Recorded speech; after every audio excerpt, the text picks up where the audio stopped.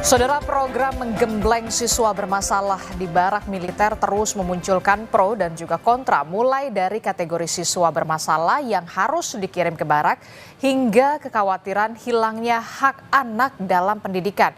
Apa dampaknya pendidikan ala militer ini?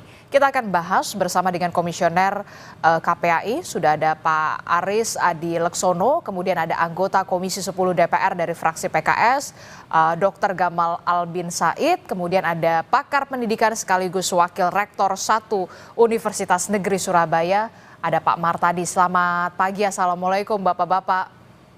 Waalaikumsalam, selamat pagi Mbak Disti. Selamat pagi. Gamal, Aris. Pagi ini kita membahas soal bagaimana pendidikan pendidikan ala militer yang kemudian dicanangkan atau diinisiasi oleh Pemprov Jawa Barat, dalam hal ini adalah Gubernur Jawa Barat. Jadi anak-anak yang bermasalah di sekolah, orang tuanya kemudian dititipkanlah, bahasanya dititipkan untuk dididik kedisiplinannya di barak militer begitu. Nah, saya mau ke KPAI dulu. Pak Aris, kalau Anda melihat dari KPAI, kebijakan ini tepat atau tidak? Ya, tapi belum bisa sampai kepada tepat atau tidak ya, karena ini juga baru berjalan dan kami akan melakukan pengawasan. Tapi pada prinsipnya begini, anak ini masuk dalam kelompok rentan begitu. Karena dia masuk dalam kelompok rentan, maka dia butuh pendekatan-pendekatan khusus, dia butuh perlindungan. Nah, di dalam ruang lingkup perlindungan anak itu ada tahapan bagaimana pemenuhan hak anak yang kemudian baru pada tahapan perlindungan khusus anak.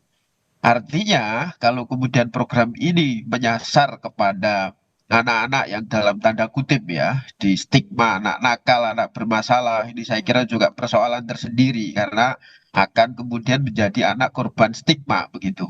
Nah, anak dalam situasi tadi, dalam situasi stigma atau dalam situasi berperilaku menyimpang, itu dia tidak serta-merta berperilaku menyimpang kalau kemudian pemenuhan haknya berjalan dengan baik. Misalkan pengasuhannya optimal, betul-betul ada kelekatan dengan orang tuanya, betul-betul orang tuanya hadir, memberikan komunikasi yang terbaik, memberikan perhatian yang terbaik, memberikan kepercayaan yang terbaik, sehingga persoalan-persoalan psikis, persoalan-persoalan perilaku menyimpang yang kemudian dia alami, dia akan komunikasikan dengan baik kepada orang tua, dan orang tua dengan pengasuhan terbaiknya memberikan solusi yang terbaik pula.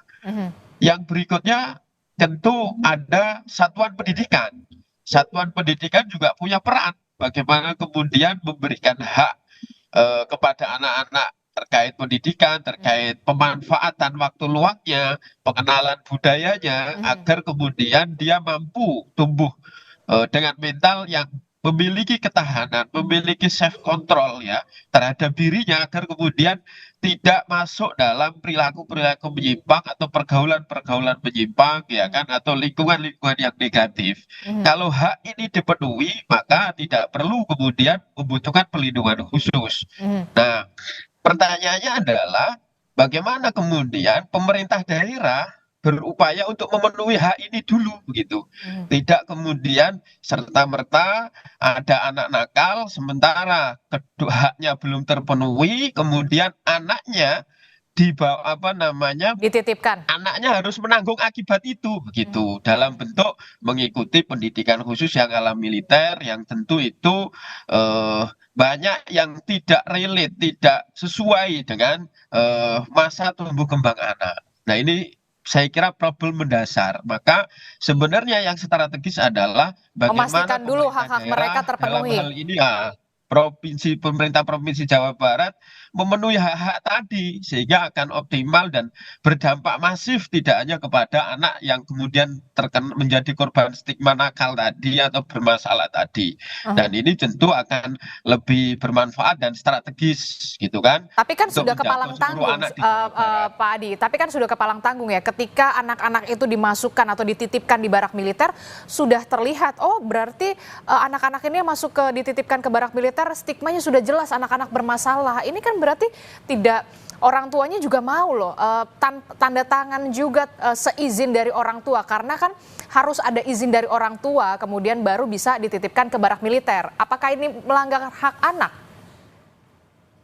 Ya, orang tua juga kita harus kemudian melihat apakah orang tua sadar akan tanggung jawab pengasuhannya gitu.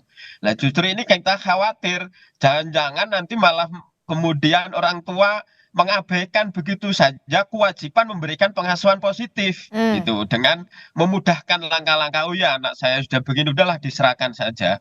Sementara di dalam prinsip perlindungan anak ada namanya prinsip non diskriminatif, ada prinsip kepentingan terbaik buat anak, ada prinsip partisipasi anak, bagaimana kemudian dialog, bagaimana kemudian komunikasi antara orang tua dan anak itu kemudian lebih penting, karena perubahan anak dari sisi penguatan karakter dan lain sebagainya kalau dibangun dengan partisipasi anak, kemudian tidak ada diskriminasi di situ, tidak ada kepentingan terbaik, tidak mengabaikan kepentingan terbaik bagi anak, maka anak akan tumbuh kesadaran untuk kemudian bertanggung jawab atas perilakunya, melakukan kontrol kepada dirinya agar kemudian tidak terlibat kepada lingkungan-lingkungan yang negatif. Oke, tapi kemudian yang jadi permasalahan adalah orang tua mereka sendiri sudah tidak sanggup, begitu banyak yang sudah tidak sanggup, akhirnya kemudian menyerahkan tanggung jawab sebagai orang tua kemudian untuk bisa dididik anaknya di barak militer tersebut, begitu ya, karena memang sudah nggak tahu lagi mau mendidiknya seperti apa gitu loh. Nah, pemerintah daerah punya kewajiban untuk kemudian meningkatkan kapasitas orang tua dalam melakukan pengasuhan yang positif, sehingga dia punya kesanggupan, karena hak utama di dalam konteks membangun kepribadian karakter anak ya adanya di anak punya hak untuk mendapatkan pengasuhan langsung dari orang tuanya. Oke, tapi saya ke Pak Martadi dulu selaku pakar pendidikan. Saya ke Pak Martadi. Pak Martadi, Anda melihat program semacam ini berdampak positif atau kemudian kurang tepat atau seperti apa? Ataukah kemudian ini adalah baru pertama kali dilakukan? Kalau tidak salah saya juga pernah menjalani dulu, sekolah saya ada LDKS namanya, latihan dasar kepemimpinan siswa. Apa perbedaannya, bisa dijelaskan Pak Martadi? Ya, jadi begini Mbak Adisti, Mas Dr. Gamal, Mas Aris ya.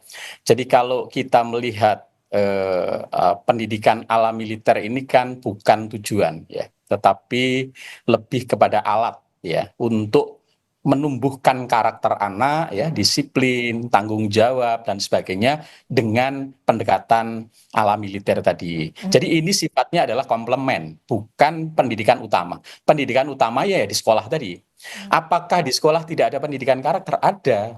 Tetapi ketika dengan pendidikan karakter di sekolah tidak cukup mampu buat anak untuk ditumbuhkan nilai-nilai tadi, lalu guru merasa kesulitan, orang tua merasa kesulitan, lalu kemudian muncul ya pemikiran bagaimana kalau dididik dengan cara militer.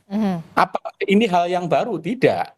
Sebelumnya juga pernah ada banyak sekolah yang bekerja sama dengan militer untuk pendidikan LDKS, baris berbaris dan sebagainya. Hanya problemnya adalah saat itu anak-anak tidak dilabelin dengan istilah anak nakal. Betul, tidak ada stigma semacam itu. Betul, tidak ada stigma itu. Nah, problemnya adalah ini dari awal anak-anak ini kemudian sudah dilabel anak nakal, lalu kemudian harus dididik dengan cara militer. Padahal cara militer tidak hanya untuk anak nakal, anak baik-baik pun yang dia ingin mandiri, dia ingin tumbuh korsa, ingin tumbuh kebersamaan, bagus itu ya, nggak ada masalah gitu ya. Itu yang pertama. Yang kedua, apakah ini melanggar sistem pendidikan kita? Memang di dalam Undang-Undang 20 tahun 2003 ada yang namanya pendidikan khusus atau pendidikan alternatif. Itu adalah pendidikan yang diorientasikan untuk anak-anak yang punya masalah khusus.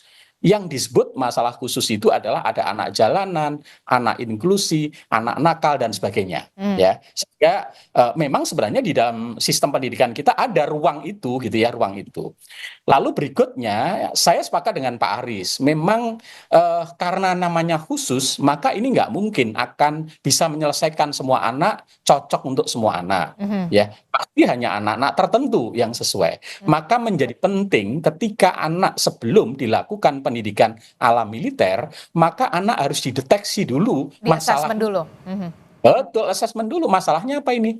Karena tidak semua anak cocok. Anak yang punya masalah kesehatan, anak yang punya introvert, anak yang kemudian dia itu punya masalah terkait dengan dia sukanya bidang seni yang bebas, itu nggak cocok. Sehingga pendidikan ala militer sesuai jika diberlakukan pada anak-anak yang tepat dan tidak dilabelin dengan predikat-predikat anak nakal. Karena ada ala yang lain, kenapa nggak dibawa ke pendidikan ala pesantren? Kenapa tidak di pendidikan ala yang lain? Jadi banyak ala-ala yang lain yang bisa dilakukan untuk menangani masalah anak. Bergantung kepada masalahnya apa dulu nih.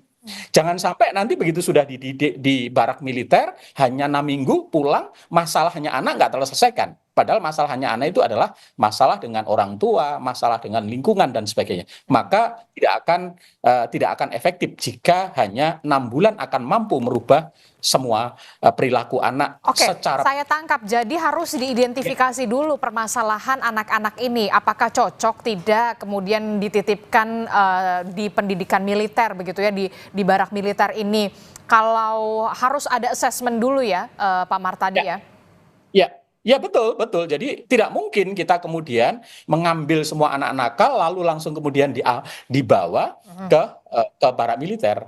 Harus di assessment. Mereka Dan itu tugas siapa? Tugas dari sekolah, guru sekolahnya? Pastinya adalah tugas sekolah dengan tim yang ada dari pemerintah daerah. Apa? Ada DP3A PPKB. Ya di situ ada dinas yang menangani itu. Lalu anak-anak ini di assessment dulu, di mapping masalahnya apa, sesuaikah anak ini memang cocok untuk pendidikan ala militer. Kalau masalahnya ini nggak disiplin, anak ini nggak tanggung jawab, mungkin bisa. Dengan catatan secara fisik memang anak-anak ini memenuhi, ya. Kemudian orang tua ada kesadaran dan sebagainya. Sehingga jangan sampai kemudian anak langsung ditangani dengan ala militer tanpa mempertimbangkan akar masalahnya dan sesuai nggak untuk anak itu. Oke, baik. Saya sudah menangkap permasalahannya begitu ya. Akar masalahnya dari Pak Aris dengan penjelasannya, kemudian dari Pak Martadi dari penjelasannya. Nah, kalau dari DPR sendiri, perpanjangan tangan dari rakyat di Komisi 10 DPR, Dr. Gamal, Anda masuk yang setuju dengan pendidikan ala militer ini di barak militer dengan anak-anak bermasalah sudah terlabeli, sudah kadung terlabeli, atau kemudian harus ada lebih matang dulu konsepnya, harus dikaji dulu sebelum nanti implementasinya benar-benar dilaksanakan, walaupun sekarang sudah dilaksanakan, Dr. Gamal. Iya, terima kasih. Selamat pagi rekan-rekan semua, Mbak Adisti. Pertama, saya mencoba mempelajari secara akademis dan ilmiah ya, bagaimana hasil penelitian pada penggunaan ya pendidikan militer pada remaja. Pertama, kami menemukan riset ya, bootcamp militer bagi remaja bermasalah, hasilnya sering tidak efektif atau bahkan kontraproduktif ya. Sering tidak efektif. Kajian sistematis menemukan bootcamp militer umumnya tidak menurunkan tingkat residivisme peserta. Itu penelitian pertama yang kami temukan ya. Judulnya The Total Effect of Bootcamp That House Juveniles, a Systematic Review of the Evidence. Ya. Lalu penelitian kedua, laporan Youth Endowment Fund ya, itu menunjukkan peserta bootcamp malah lebih berpeluang mengulangi kejahatan sekitar 6% lebih tinggi dibandingkan kontrol. Itu penelitian kedua yang kami ketemukan. Penelitian ketiga, ya, itu juga mengatakan, kritikus juga mengingatkan bahwa pelatihan keras justru bisa membuat pelaku lebih fit secara fisik, lebih disiplin, dan lebih cerdik secara mental untuk ya melakukan tindakan yang mengarah pada kriminal tersebut ya. Jadi dari 3 penelitian tersebut, saya pikir saya boleh mengambil sebuah konklusi awal ya, bahwa kebijakan itu secara akademis tidak didukung oleh data-data yang menunjukkan perubahan positif melalui pendekatan pendidikan ala militer. Lalu berikutnya bahkan kajian di IC Australia juga menyebutkan ya pendekatan militer yang mengandalkan degradasi dan hukuman fisik amat usang dan berbahaya. Ya, bahkan bisa meningkat menjadi ya pelakunya di kemudian hari. Bahkan di sisi lain kalau saya lihat di negara-negara lain sekarang. Jadi konteks pertama kita clear secara akademis ilmiah penelitian-penelitian menunjukkan tidak adanya perubahan signifikan yang produktif terhadap penggunaan pendidikan militer untuk siswa.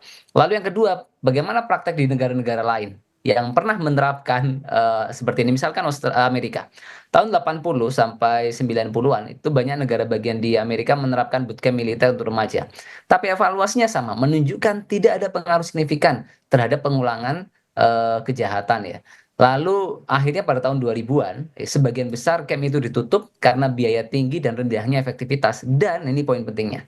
Sebaliknya program intervensi berbasis konseling, resosialisasi dianggap lebih efektif mengurangi residivisme, termasuk tadi ya bagaimana meningkatkan secara sosial dan lain sebagainya. Di Inggris, Australia juga ya, misalkan studi di internasional menemukan hasil serupa. Di Inggris 2 camp militer remaja yang pernah dijalankan hanya menunjukkan penurunan residivisme sementara. Setelah 1-2 tahun tidak ada perbedaan signifikan dengan tahanan biasa. Ya, jadi bahkan Youth Endowment Fund memberi peringatan rata-rata bootcamp menimbulkan dampak negatif dan mereka merekomendasikan tadi menambahkan konseling atau pelatihan soft skill ya. Jadi di Australia pun sama, laporan IC menyebut model militer tidak sesuai prinsip rehabilitasi modern. Artinya dari situ semua saya melihat ya bahwa kebijakan ini diambil tanpa sebuah dukungan kajian, dan saya pikir sebagai seorang pemimpin ya kita harus merujuk ya pada data, fakta dalam pengambilan sebuah kebijakan, bukan pada opini pribadi atau ide-ide pribadi dalam sebuah mengambil sebuah keputusan. Dan saya juga sepakat pada beberapa aspek. Saya pikir kalau kita lihat filosofi pendidikan yang dibangun ya Ki Hajar Dewantara itu kan kita bagaimana membahagiakan manusia, memerdekakan manusia, pendekatan kekeluargaan begitu. Nah, artinya ada beberapa catatan kritis. Pertama, seperti ini bisa memberikan stigma negatif. Dan saya lihat dan saya khawatir bisa memperparah kondisi psikologis ya. Karena anak-anak bisa dikucilkan, lalu dampak psikologis bisa jangka panjang, apalagi di anak-anak yang mereka sedang masa pertumbuhan secara fisik dan mental. Lalu, saya juga kurang sepakat ketika ada diksi yang misal mengatakan artinya anak-anak yang orang tuanya tidak sanggup lagi mendidik akan kami wajib militerkan. Nah, ini sebuah logical fallacy. Tidak ada dan tidak boleh ya orang tua dan sekolah yang tidak sanggup ya. Kita itu mendidik edukasi tanpa henti. Nah, jadi tidak ada titik dalam proses pendidikan di mana anak-anak atau orang tua sekolah melepaskan anak-anak dalam proses pendidikannya. Nah, saya pikir itu beberapa catatan ya, dan mungkin saya pikir kita perlu ya bagaimana menggunakan pola pendekatan yang berbeda, dan kembali ke argumentasi saya yang pertama tadi bahwa semua kebijakan harus didukung oleh ya analisis data fakta yang mendukung kebijakan tersebut. Oleh karena itu mungkin saya melihat dari ini semua saya tidak sepakat. Oke, jadi Dr. Gamal adalah orang yang tidak sepakat dengan adanya pendidikan berbasis militer begitu ya, anak bermasalah begitu dititipkan ke barak militer begitu, dengan tadi analisa-analisa Anda begitu ya, penelitian-penelitian yang memang sudah dilakukan begitu di sebelumnya begitu. Nah, kalau dari Komisi 10 fungsi pengawasan seperti apa yang nanti akan dilakukan? Apakah nanti Komisi 10 juga akan memanggil Gubernur Jawa Barat termasuk juga Pemprov, Dinas Pendidikan Jawa Barat yang kemudian harus juga bertanggung jawab bagaimana untuk duduk bersama, solusinya akan seperti apa? Tapi jangan jadi jawab dulu Dr. Gamal, termasuk juga bagaimana pengawasan yang akan dilakukan KPAI, sementara dari pakar pendidikan seharusnya sistem yang seperti apa yang kemudian cocok untuk bisa diterapkan di Indonesia dengan karakteristik anak-anak yang berbeda-beda di setiap daerahnya, termasuk juga perbedaan masalahnya. Nanti kita akan ulas lagi di segmen berikutnya. Tetaplah bersama kami di Sapa Indonesia Pagi. Kami akan segera kembali.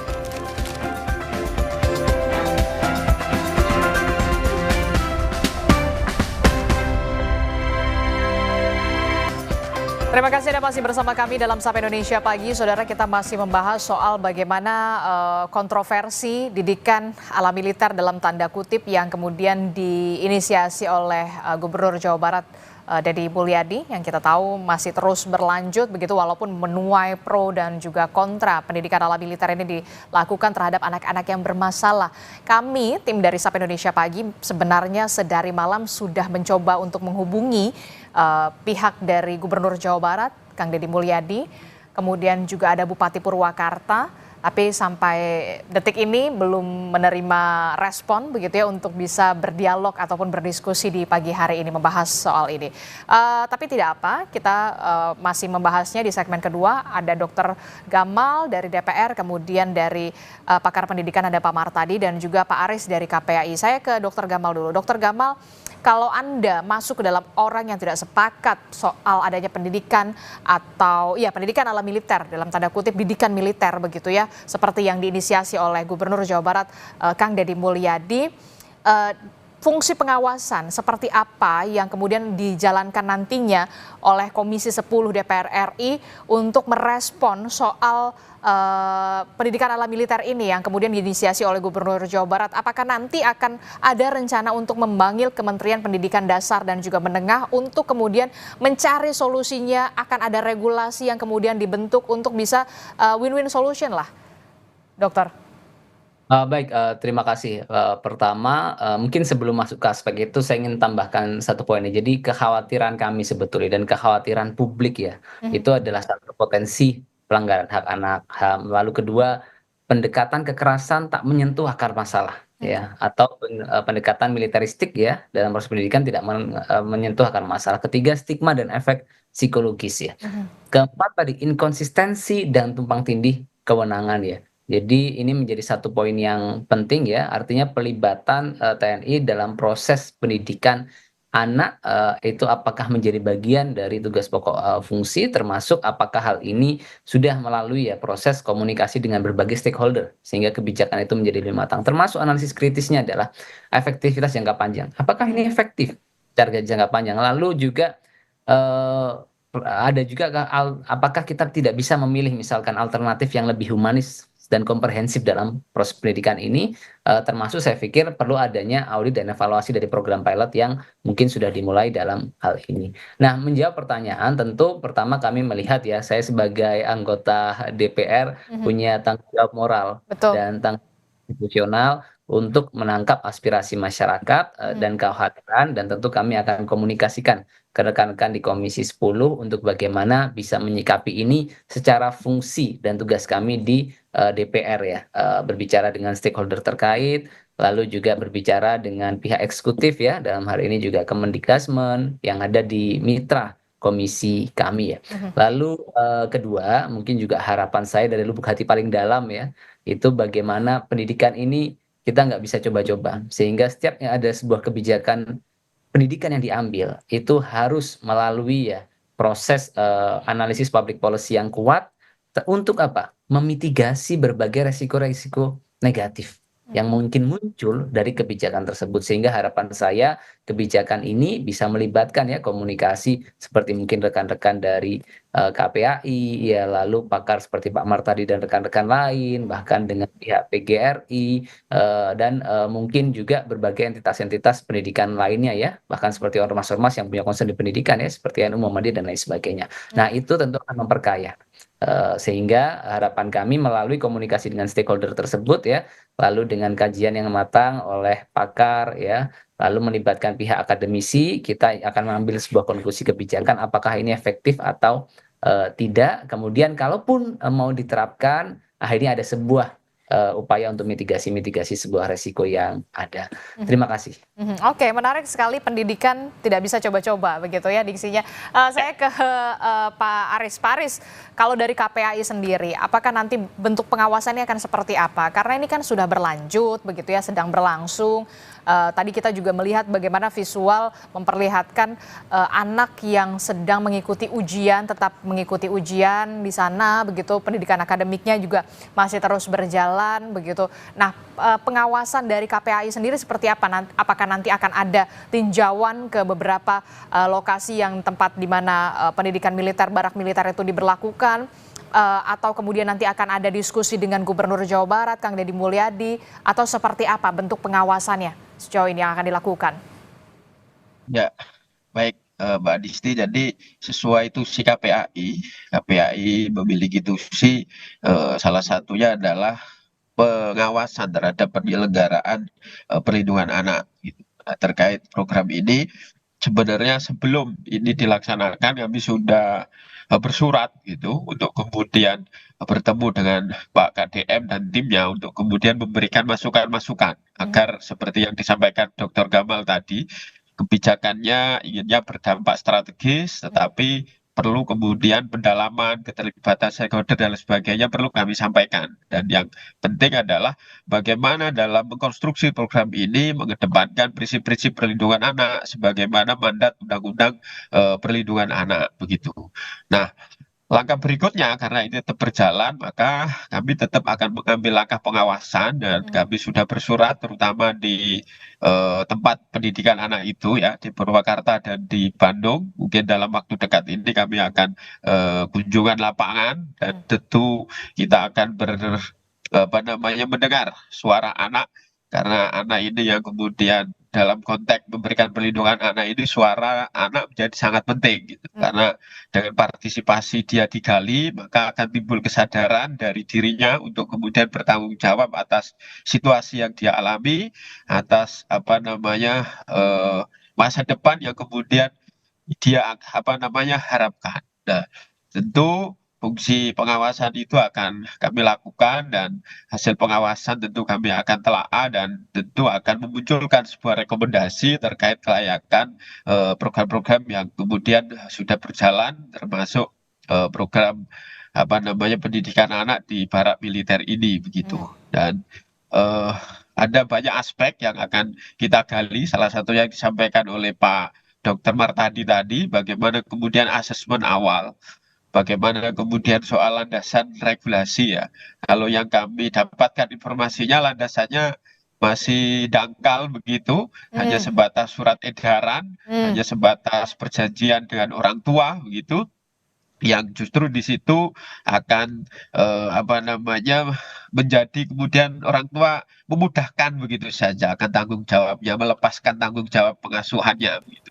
Dan tentu banyak regulasi-regulasi yang harusnya menjadi pertimbangan sehingga program yang diharapkan punya dampak strategis ini betul-betul bisa berjalan secara strategis karena ada hal yang lebih strategis menyangkut bagaimana kita melakukan perlindungan terhadap anak yang saya sampaikan di awal, mengoptimalkan. Oke, Pak Aris, berarti kalau tadi Anda menyebutkan sebenarnya payung hukumnya, landasan hukumnya itu hanya baru sebatas surat edaran dan surat izin dari orang tua, begitu ya? Iya. Nah, apakah nanti rekomendasi-rekomendasi ini akan dibawa juga ke Kemendikbudrismen begitu untuk kemudian dievaluasi secara menyeluruh apakah ini patut untuk dilanjutkan atau kemudian dihentikan? Ya, tentu hasil pengawasan kami sampaikan kepada stakeholder terkait ya, baik Kemendikbud ya, dan tentu menyangkut anak kan juga ada Kemen PPA, ada Kemensos ya, yang satu sama lain akan kemudian bisa terlibat bagaimana melihat strategis atau tidak, berdampak sistemik, berdampak jangka panjang atau tidak program ini gitu.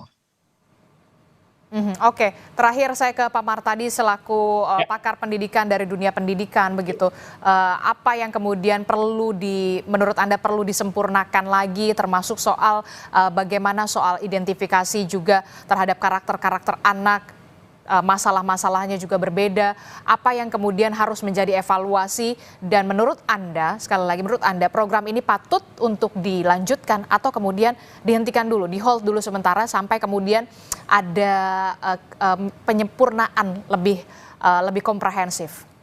Ya, pertama begini Mbak Disti, saya sepakat dengan pendapat Pak Dr. Gamal ya, kata kuncinya adalah keterlibatan. Jadi pendidikan itu tidak pernah bisa diselesaikan sendiri. Ada banyak pihak yang terkait, sehingga ketika akan melakukan sebuah pendidikan untuk anak, maka penting mendengar ya dan melibatkan banyak pihak-pihak yang lain. Itu kata kunci ya. Sehingga perlu pemerintah daerah mengajak bicara asosiasi pendidikan, kemudian para pakar, kemudian stakeholders terkait dan sebagainya.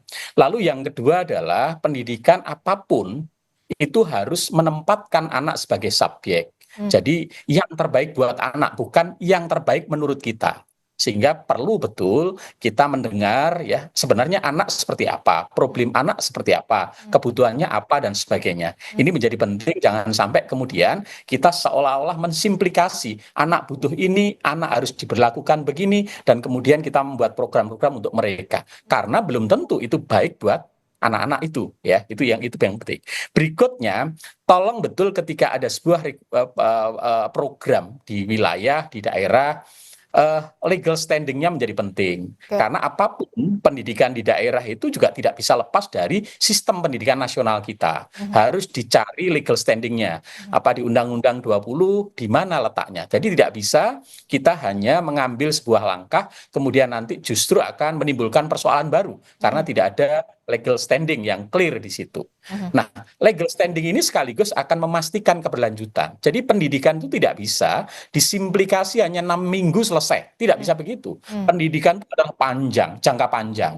Oleh sebab itu dipastikan betul bahwa setelah 6 minggu itu harus diapain. Lalu anak harus diperlakukan apa? Apa yang harus dilakukan orang tua? Apa yang akan dilakukan oleh sekolah? Apakah kita kemudian yakin bahwa hanya dengan 6 minggu anak menjadi baik, berubah total? Saya yakin tidak seperti itu. Kalau masalahnya anak tidak terselesaikan. Yang terakhir Mbak Adisti, perlu dipikirkan ketika program yang baik begini, momentumnya.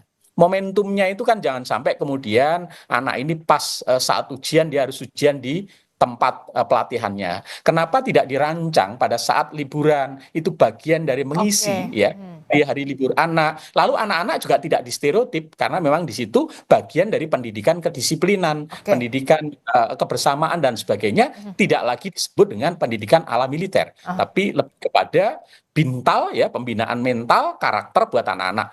Itu saya pikir akan jauh lebih bisa diterima dan anak-anak tidak terstereotip dengan label tertentu. Kira-kira itu, Mbak Dis. Tidak terstigma, tapi pertanyaan saya kemudian singkat saja. Menurut pandangan Anda, ini dihentikan dulu sementara sampai ada evaluasi menyeluruh komprehensif untuk nantinya akan dihentikan atau kemudian dilanjutkan? Pandangan Anda?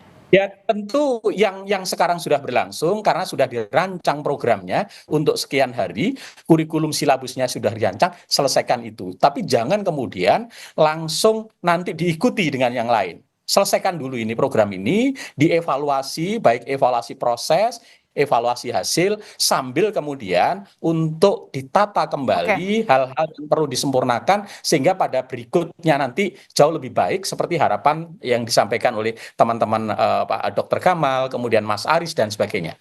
Ya, saya kira itu Mbak Disti.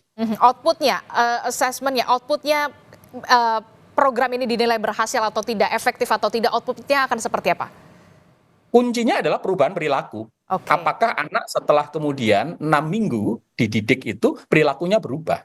Apakah perilakunya itu permanen dan sebagainya? Dan itu nggak cukup hanya dilihat pada saat berada di tempat pendidikan, tetapi ketika dia kembali ke orang tua, ke masyarakat, itu justru yang terpenting. Jangan sampai nanti di tempat pelatihan mereka kemudian berubah, tapi begitu kembali ke orang tua, berinteraksi dengan lingkungan balik lagi, maka tidak efektif.